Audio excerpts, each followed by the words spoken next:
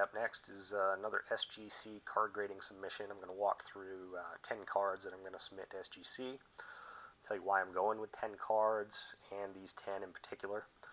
The background here is some results of my latest submission to SGC about a month or two ago.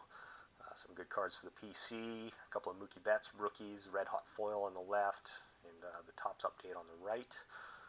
Thanks, Greg, if you're watching this, who traded me these cards, pulled them from packs, and kept them in such good condition over the years. And then the Carl Yastrzemski rookie in the middle, must-have for any Red Sox PC, so that is in mine now. All right, we'll walk through some of this stuff. These 10 cards, I'm going to tell you why.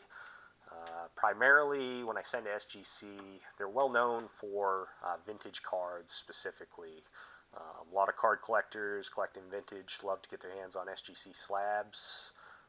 Well known for accurate card grading of the older stuff. So what I try to do when I send in is get a couple cards that I'm not going to keep for PC, but that I can either sell or offload and trade at a higher value. So the first two will be just that. Traded for this Tony Gwynn rookie, 1983 Topps. Pretty good shape overall. This card is not perfectly centered, as you can see, and the edges do have a little wear. My goal is to get possibly an 8 on this card.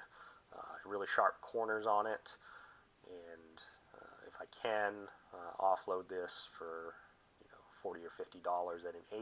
If it came back an 8.5, probably a little more than that. I don't think it's going to get a 9 by any means, and you never know with SGC. This could come back even lower than an 8, but hope for an 8. We'll see what happens. Next one, I believe, is my only shot at a 10 in the entire submission. It's a Julio Rodriguez speckle card, and solid corners and everything, good centering. I picked this up for $15 actually. Most recent sale price was $80 or $85, I believe.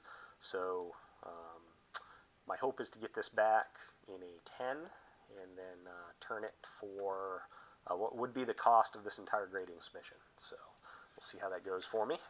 Keep an eye on that when it comes back. Nice Luka Prism rookie for the PC. Very good surface. Not too much going on with this card that I can see wrong, other than centering may hit me.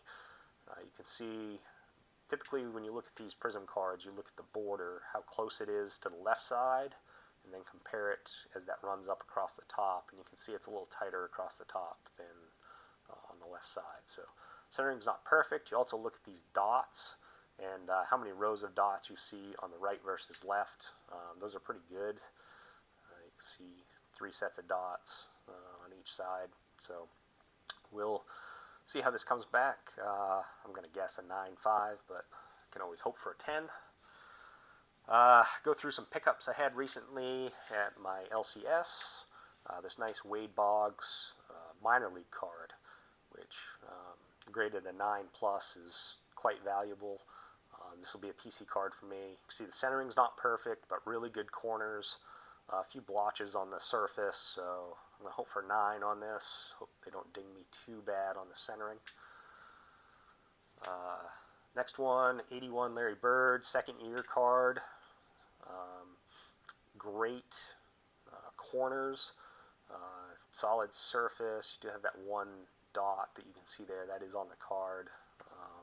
Centering is not great. Again, it's not going to gem mint by any means, but solid PC card. I figured with the corners being in such good shape, I'd grade it, see how it comes back.